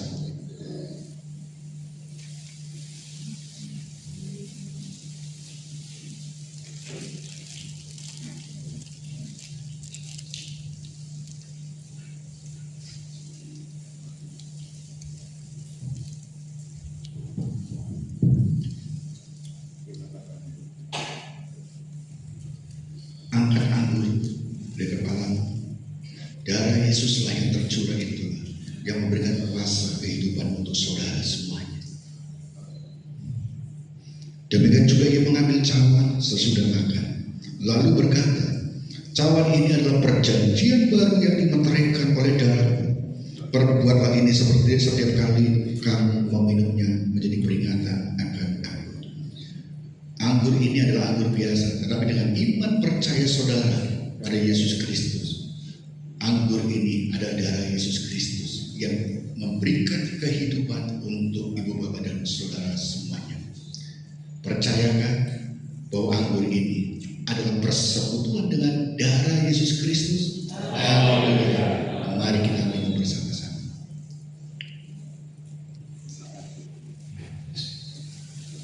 Sebenarnya kesempatan untuk mengucap syukur kepada Tuhan. Haleluya. Mari kita akan puji. Haleluya kepada Tuhan. Haleluya. Terima kasih. Haleluya.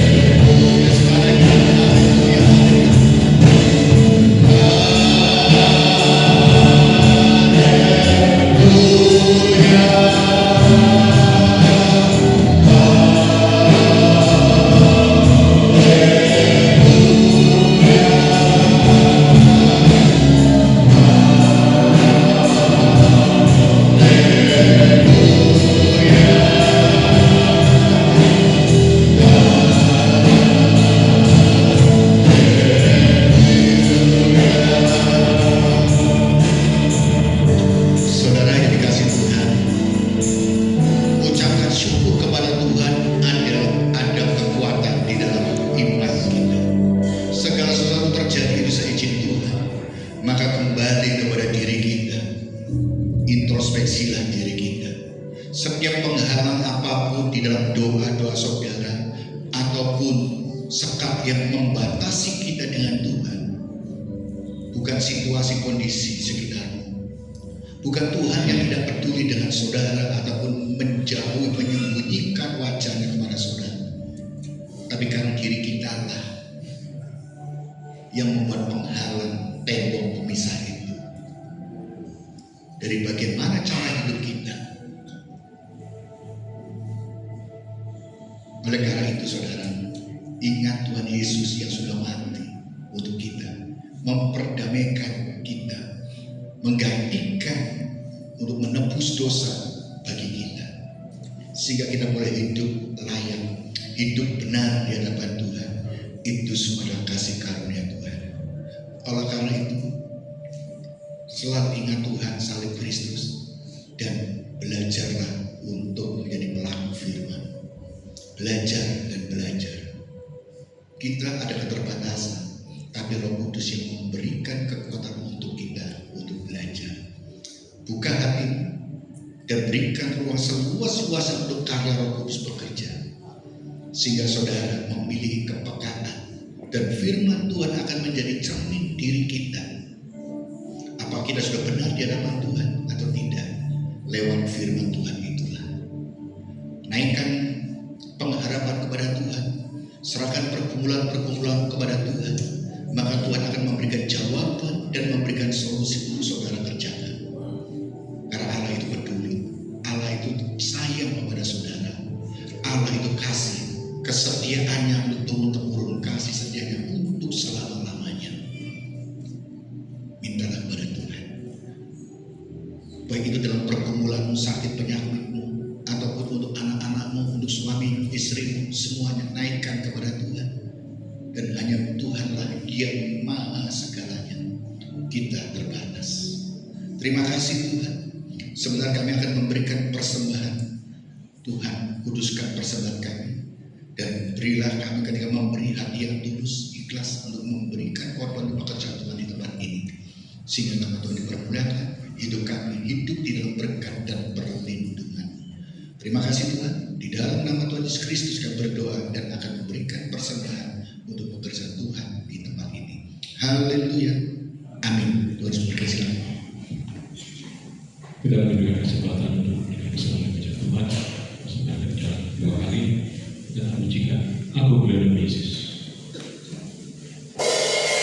Aku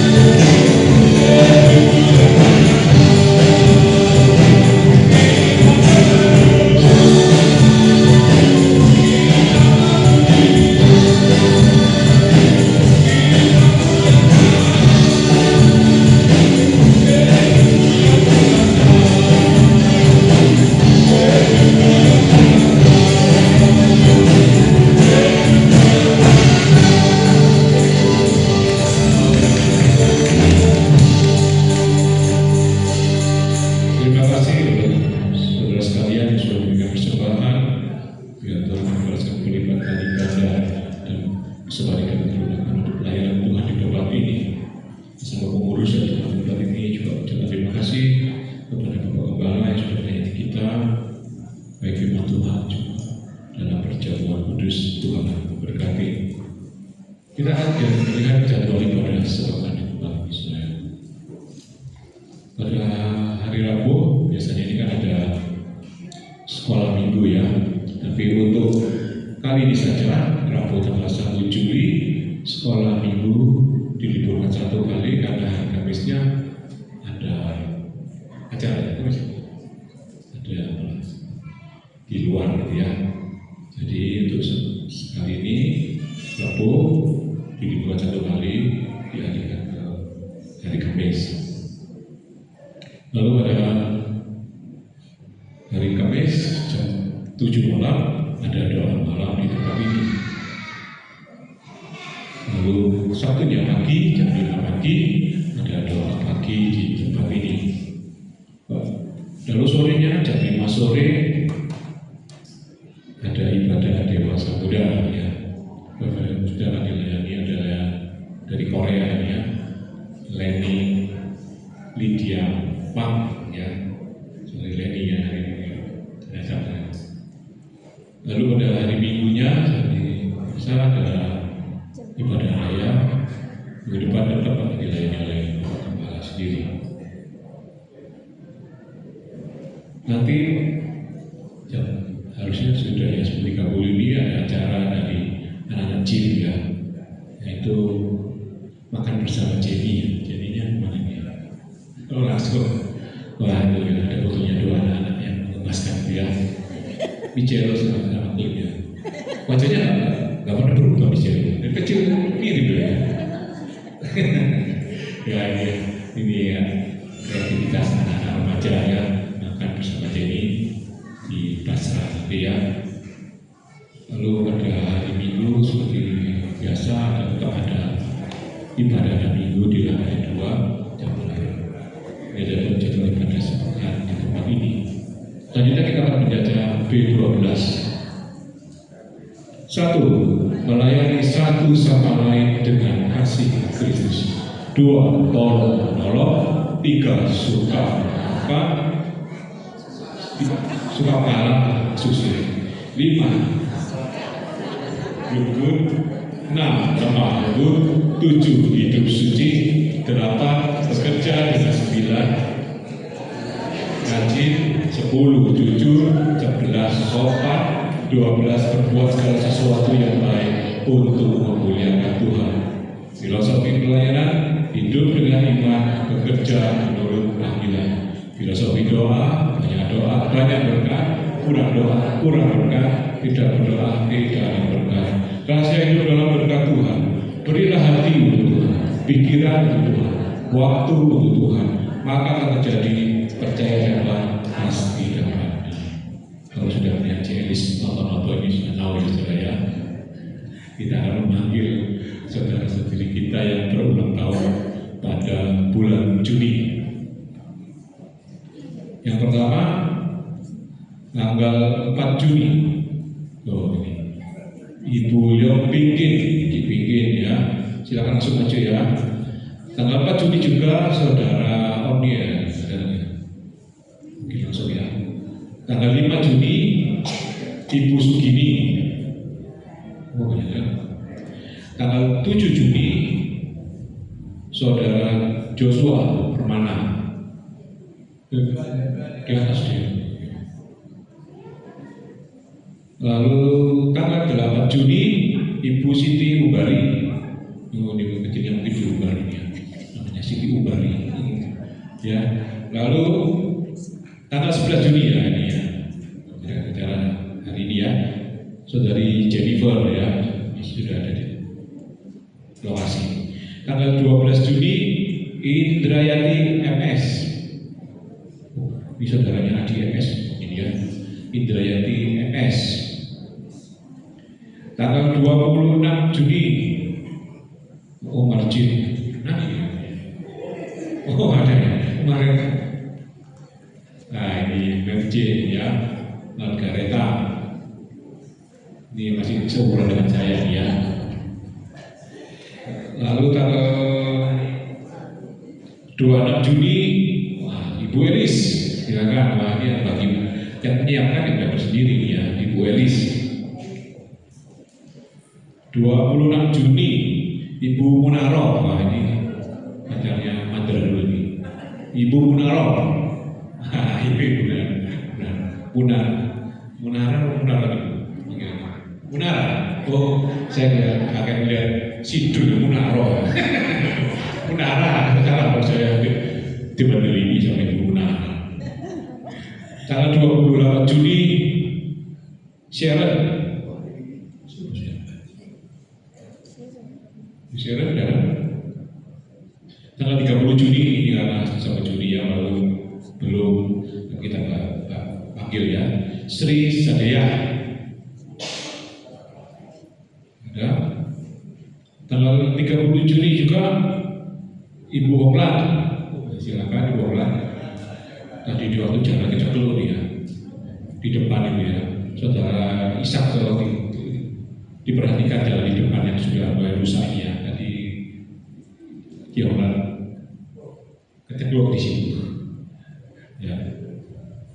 Kalau 30 Juni juga ya sudah Bapak Sarsono ya. Ya silakan Bapak Gembala untuk berdoa dan berikan bingkisan.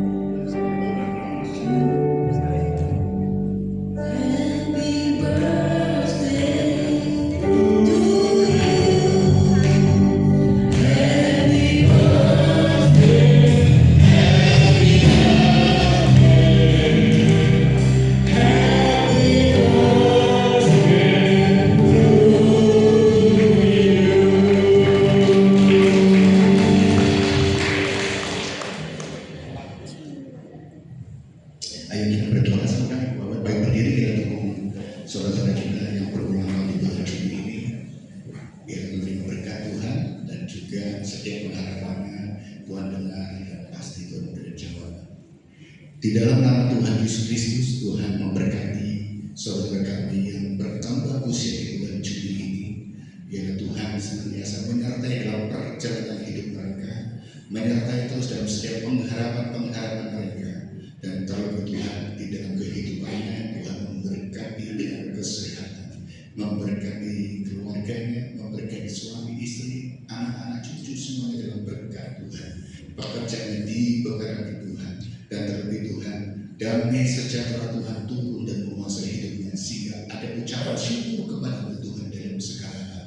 Dan terlebih Tuhan di dalam perkenanan, di dalam hidup iman percaya kepada Tuhan Yesus Kristus semakin diperluas dan semakin melihat kemuliaan demi kemuliaan yang Tuhan letakkan dalam hidup mereka. Terima kasih Tuhan. Di dalam nama Tuhan Yesus Kristus kami mohonkan berkat turun kepada saudara-saudara kami ini yang bertambah usia di bulan Juni ini. Di dalam nama Tuhan Yesus Kristus kami berdoa dan mengucap syukur. Haleluya. Amin. Silakan duduk semuanya. Ya Ibu Bapak, saudara yang kasih Tuhan Yesus Kristus, ada sedikit tambahan pengumuman. Tanggal 2 Juli ya, sekolah minggu anak-anak kita akan ada acara ke Brigade, saudara. Itu mereka akan beribadah dan mungkin ada 2 tempat, itu Bukit Doa Brigade dan juga mereka wisata di daerah di Cimory, saudara, di Cimory. Jadi Ibu Bapak jangan lupa yang nanti ikut ngantar anak-anaknya, ya kan? Jangan lupa bawa sanggup sing oke, saudara ya. Nah, Kalau kurang minta ke sebelah saya ini kepala sukunya ya, ngomong aja ke sebelah saya ya, ini ya, kita boleh ke sebelah saya. Jadi Ibu Bapak, kita dukung supaya acara berjalan dengan baik dan tidak, mereka sehat semua, mereka bersukacita ya kan. Tuhan cukupkan apa menjadi kebutuhan-kebutuhan mereka, sehingga anak-anak kita itu generasi kita ke depan ya, kita orang tua harus mendukung mereka. Kedua, saudara, bahwa beberapa ini saudara banyak nanya saya, passwordnya WiFi berapa Pak? Berapa? Waduh, saya nggak ngerti saudara ya. Jadi gini saudara, kita gereja kita puji Tuhan punya fasilitas WiFi ya. WiFi itu tujuan apa? Dari dulu itu untuk apa? Untuk siaran ya di Facebook segala macam. Tapi kita kan berlangganan, tiap bulan bayarnya sama gitu kan. Maka saudara, ini modemnya diganti karena dari dari Telkomsel itu diganti, saudara, Telkom itu diganti modemnya, ditingkatkan kecepatannya gitu katanya gitu kan, dan passwordnya juga berubah. Maka sebelum kita ini nanti ada yang minta segala macam, yang kemarin kita nggak tahu siapa yang ini, tolong dengan kesadarannya ketika hari Sabtu sore Minggu beribadah kita, yang yang minta mungkin passwordnya WiFi, memanfaatkan WiFi kita, di-off-kan dulu aja. Jadi khusus untuk ibadah dewasa muda, ibadah raya, kan kita memerlukan supaya bisa siaran ini kan disiarkan Facebook langsung kan itu kan, live kan, supaya tidak terputus-putus gitu. Setelah ibadah selesai silakan memakai lagi. Kita bayarnya sama itu kan ya. Jadi silakan dengan kesadaran ketika kita mau ibadah yang tidak membutuh, belum hanya sekedar tidak butuh, di-off-kan dulu aja. Ya kan? Nanti kalau kecuali perlu mana kadang-kadang sini kan cari lagu-lagu ya kan, mendadak ya kan, silakan gitu kan. Jadi ayo dengan kesadaran kita utamakan untuk ibadahnya dulu ya kan, penggunaan WiFi itu untuk mendukung ibadah. Setelah itu ibadah sudah terpakai, silakan bebas. Jadi kita utamakan untuk mendukung ibadah baik itu. Jadi yang tidak ada kaitannya dengan ibadah di-off-kan dulu supaya kecepatannya maksimal kita dalam hal ininya ya. Kita minta, ada yang usul begini, kita ini orang-orang yang tahu lah, kita keluarga, kesadaran aja, kita mulai dengan kesadaran ya. Saya percaya di depan aja kantin itu kantin kejujuran aja bisa jalan kok ya kan, dengan kesadarannya kan. 10.000 dapat satu gratis satu, dapat dua silakan ya kan. Malah saya buka lagi 15.000 ambil 3 nggak apa-apa ya. Yang dulu kalau ngomong 10.000 dapat 2, hari ini saya kasih tahu 15.000 ambil 3 ya. Jadi oke ya saudara ya. Jadi nah ada ini Popmi ya kan, Popmi 5.000 ya, silakan ambil gitu kan, itu kan. Jadi 2 10.000 gitu kan. Gak apa-apa, terserah itu nanti itu ada jualan. Jadi kita itu dari kita untuk kita belajar untuk disiplin diri kita, untuk kebersamaan kita, saling membantu satu dengan yang lain ya. Oke, saya undang Ibu Bapak untuk bangkit berdiri, kita akhiri ibadah kita pada pagi hari ini. Kami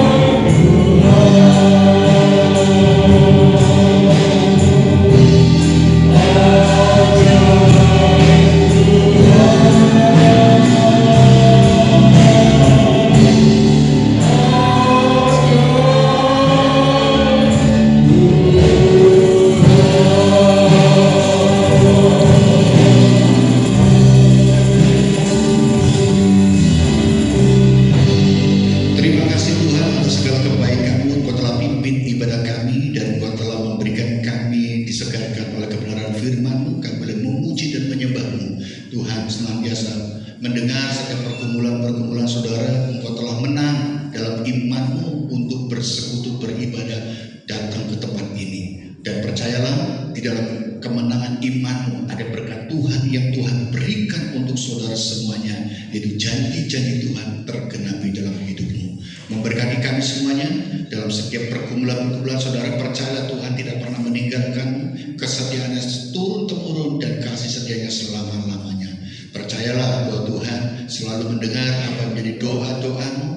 Tuhan selalu tidak pernah menyembunyikan wajahmu atau menjauh darimu. Tetapi saudaralah, karena kita harus memperbaiki hidup kita dalam kebenaran firman Tuhan sebagai cermin diri kita, dan terlebih untuk Roh Kudus berkarya dalam hidupmu. Terima kasih Tuhan, dalam setiap kehidupan saudara diberkati Tuhan, pekerjaanmu, rumah tanggamu, dan kesehatanmu. Pada hari ini Tuhan, kami juga berdoa untuk pemulihan kesehatan untuk Pak Bagio yang mengalami kelemahan di hari Tuhan. Dalam nama Tuhan Yesus, Tuhan memberikan pemulihan dan kesembuhan, dan juga untuk saudara kami Ivan dalam kelemahan tubuhnya Tuhan.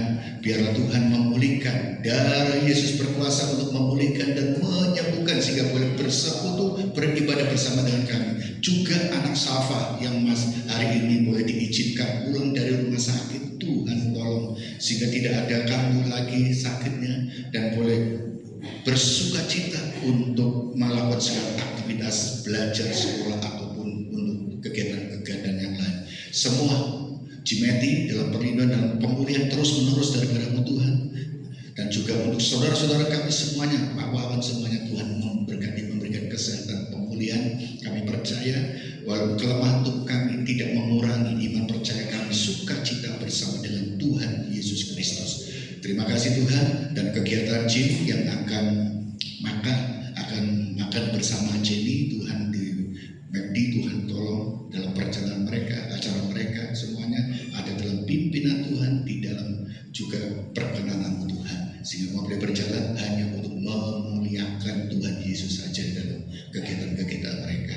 Untuk anak-anak tanggal 2 yang ada acara trip ke Prigen, Tuhan sertai semuanya, para peserta diberikan kekuatan kesehatan, dan juga kendaraan yang akan dikendarai juga semuanya ada dalam perlindungan Tuhan, dan acara semua di dalam pimpinan Tuhan, sehingga boleh berjalan dan anak-anak boleh mendapatkan berkat rohani sukacita daripada Tuhan. Terima kasih guru-guru, Tuhan memberikan hikmat dan juga kesabaran di dalam membimbing mereka.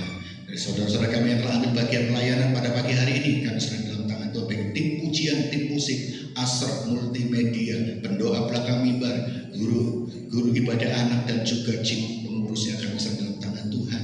Semua yang terlibat dan tangan dalam persembahan memberkati mereka semuanya. Terima kasih, itu menjadi doa kami yang kami mohonkan di dalam nama Tuhan Yesus Kristus. Dan sekarang kami akan berpisah untuk kembali ke rumah kami masing-masing, sertai dalam perjalanan kami hingga kami boleh tiba di rumah tanpa kurang satu apapun, dan kami selalu mengingat apa yang diajarkan Tuhan Yesus di dalam doa Bapa kami. Bapa kami yang kerajaan surga, dikuduskanlah namamu, datanglah kerajaanmu, jadilah kehendakmu di bumi seperti di surga.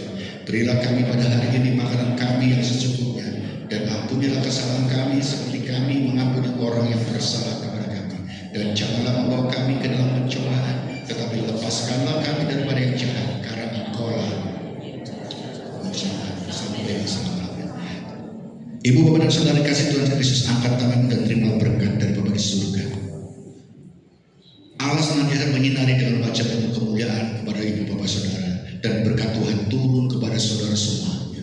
Diberkatilah rumah tanggamu, diberkati pekerjaan, diberkatilah kesehatanmu, diberkatilah pendidikanmu, diberkati segala apa yang saudara kerjakannya, dijadikannya berhasil. Saudara kasih Tuhan Kristus, pulanglah dan terimalah berkat kasih karunia dari Bapa di surga, cinta kasih keselamatan satu-satunya dalam Allah Putra, dan persekutuan penghiburan dalam Allah Roh Kudus menyertai saudara mulai pagi hari ini sampai selama-lamanya.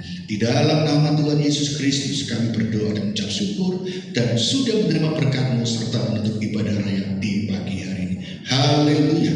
Amin.